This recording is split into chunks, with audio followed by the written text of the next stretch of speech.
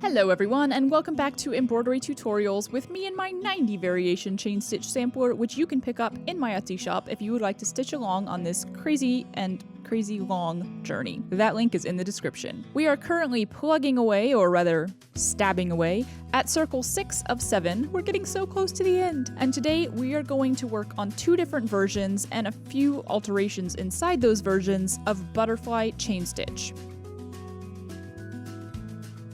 We are starting with regular butterfly chain stitch, which is all attached in a row. Now, if I was doing this on a regular embroidery design, I would want it to be all even and matchy-matchy and lovely, but since this is a sampler and we're trying things out, I'm going to show you a few different pattern variations within the stitch style. Start out with some straight stitches crossing the last side of our central rectangle. There's a lot of different options here for how to group your straight stitches. I'll start with a couple groups of 3, just a little bit separated, then I'll do one full section of about 5 stitches, then some more groups of 3 but closer together, and so on to the end. All that matters is that you have some sort of separate groupings for your chain loops to go around. With those straight stitches laid down, we are now going to change to a new thread color, because more color equals more fun. And then we're coming up right at the center underneath the bottom straight stitch. Our needle then slides under the first group of stitches, and before pulling it all the way through, we wrap our thread over the tip of the needle, going away from yourself and back under the needle towards yourself. Draw the needle all the way through, and you'll create a little twisted chain stitch that bundles the first group of straight stitches together, looking a little bit like a butterfly.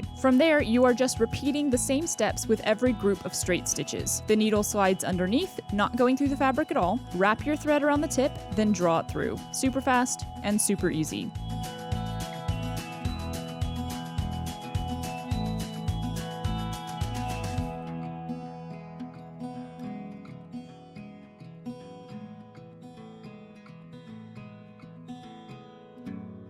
At the end of your row, just tack down that last chain loop with a tiny stitch, and you're all done.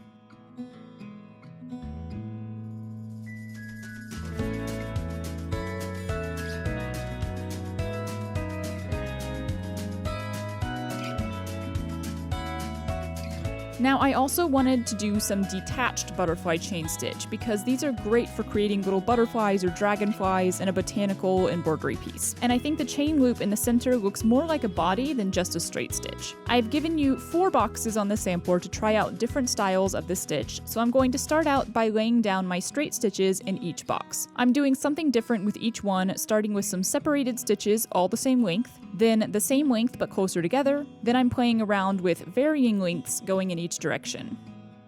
To stitch the bodies, I've changed to a different thread, and I will note that in retrospect, a regular 3-strand floss would have been a better choice here instead of the 6 strands I used, which just ended up being a bit lumpy and undefined. You can use a long fingernail, the eye end of another needle, or the tip of your snips to separate your threads a little and find a spot in the middle to come up. Once your needle is through, go ahead and draw it under the bottom threads, then just use the leverage of your current thread to pull those up and out of the way so you can reinsert your needle in the same location.